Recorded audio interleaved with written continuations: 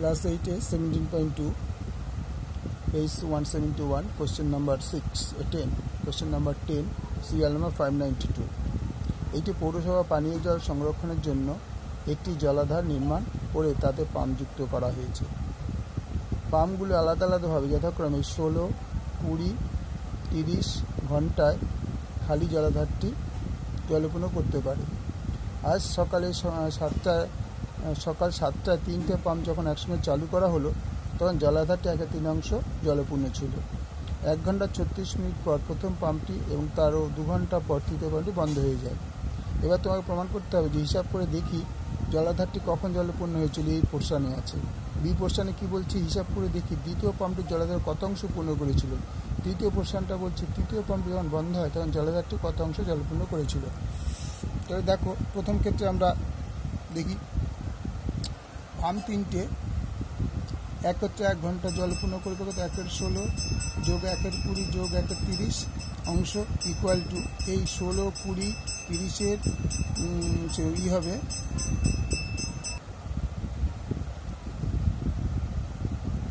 তাহলে 35/240 কাটাকুটি করলে 7/48 অংশ। জলাধারটি 1/3 জলপূর্ণ ছিল।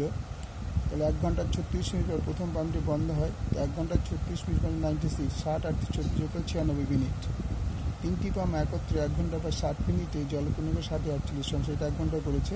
তাহলে 1 অংশ পর 7/48 ইন্টু 60 96 হচ্ছে 7 ইন্টু 96/48 ইন্টু 60 আর 48 দুগুণ 96 কাটাকুটি করে 2 হলো 2কে 30 60কে কাছে 30 দুগুণে 60। তা দেখা যাচ্ছে দ্বিতীয় তৃতীয় পাম্পটি একত্রে একসঙ্গে 7/30 অংশ জলপূর্ণ করেছে। প্রথম 3টি পাম্প একত্রে 7/30 অংশ জলপূর্ণ করেছে। এরা কিন্তু প্রথম 3টে পাম্প 7/30 অংশ জলপূর্ণ করেছে। এবার দ্বিতীয় তৃতীয় পাম্পটি একত্রে একসঙ্গে কী করে জলপূর্ণ করে 1/20 বা 1/30। এদের লসাগু 60, 60কে 20 দিয়ে ভাগ করলে 3 হয়, 3 3 প্লাস 60কে 30 দিয়ে ভাগ করলে 2, 2 ইকুয়াল টু 5/60। তার মানে যে 5 5 5/12 60 ইকুয়াল টু 1/12 অংশ। আরও 2 ঘন্টা পর অর্থাৎ 120 মিনিটে তৃতীয় পাম্পটি বন্ধ হয়ে যায়। তাহলে 60 মিনিটে দ্বিতীয় তৃতীয় পাম্পটি জলপূর্ণ করে 1/12 অংশ, কারণ 1/12 অংশ পেয়েছে এখানে। 1 মিনিটে করবে 1/12 ইন্টু 60। 120 মিনিটে দ্বিতীয় তৃতীয় পাম্প জলপূর্ণ করবে 1 ইন্টু এই 120 উপরে বসলো নিচে 12 ইন্টু 60। তাই 12কে 60 দিয়ে 120 60 দুগুণ 120 2 দিয়ে 12কে ভাগ করে 6, তাই দেখা যাচ্ছে 1/6 অংশ হয়েছে। এখন জলাধার জলের পরিমাণ আগে ছিল 1/3 অংশে বলে দিয়েছিলাম। আর প্রথমে এই যে 3টে পাম্প যখন একসঙ্গে করছে 7/30 অংশ, আর এখন 2টো পাম্প করছে 1/6 অংশ। তো 3টে আমরা যোগ করলাম 1/3 যোগ 7/30 যোগ 1/6। এদের লসাগু হলো 30, 30কে 3 দিয়ে ভাগ করে 10 হয়, প্লাস 30কে 30 দিয়ে ভাগ করলে 1 1 7 দিয়ে 60 হয়, প্লাস 30কে 6 দিয়ে ভাগ করলে 5 হয়, যোগ করে দেখা গেলো 11/15 অংশ। তাহলে তৃতীয় পাম্পটি যখন বন্ধ হয় তখন জলাধারটি 1/15 অংশ জলপূর্ণ ছিল। ঠিক আছে, এটা একবার দেখে নাও। আমরা পরের পাতে আবার যাব, পুরোটাই দেখে নাও একবার।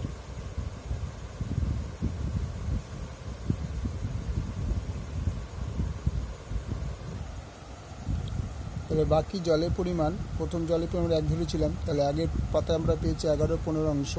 তাহলে 11 মাইনাস 1 মাইনাস 11/15, এটা এলসিএম করলে 15 হয়। তো 15 মাইনাস 11 4/15 অংশ। তো দ্বিতীয় পাম্পটি 1 ঘন্টা জলপূর্ণ করে পরের ক্ষেত্রে, এটা হচ্ছে বি পোর্শনটা চলছে কিন্তু। দ্বিতীয় পাম্পটি 1 ঘন্টা জলপূর্ণ 1/20 অংশ।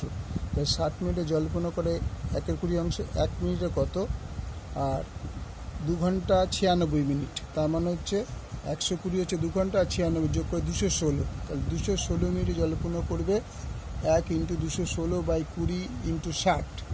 20 দিয়ে আমরা কাটবো কি 10 দুগুণে 20 আর 108 দুগুণে হচ্ছে 216, 5 দুগুণে 10, 54 দুগুণে 108। আবার এখানে দেখো 3 18 54 আর 3 20 60, আবার 9 দুগুণে 18, 10 দুগুণে 20।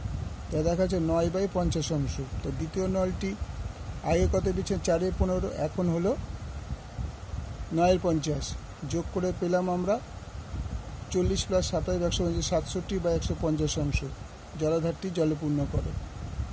সি দ্বিতীয় পাম্পটি 120 অংশ করে 60 মিনিটে 1 করে 60 ইন্টু 20 4/15 করে 60 ইন্টু 20 ইন্টু 4/15 কাটা করে 4 × 60, তাহলে 4 × 4 = 16 আর 320 মিনিট। তো তিনটে পাম্প মোট 320, আগের এই 216 যোগ করে পাওয়া গেলে 536 মিনিট, অর্থাৎ 8 ঘন্টা 56 মিনিট। এই মিনিটকে 60 দিয়ে ভাগ করলে দাঁড়াবে 8 ঘন্টা 56 মিনিট। তার মানে পাম্পটা চালু করা শুরু হয়েছিল সকাল 7টা থেকে। তো হিসাব করে 7টার পর 8টা, 9টা, 10টা, 11টা, 12টা, 1টা, 2টো, 3টে। তাহলে বিকেল 3টেতে আবার যে চালু করলে জলাধার পূর্ণ হয় বিকেল 3টে 56 মিনিট। কারণ 8 ঘন্টা 56 মিনিট, 8 ঘন্টা কাউন্টার 3টে পর্যন্ত 56 মিনিট। ঠিক আছে,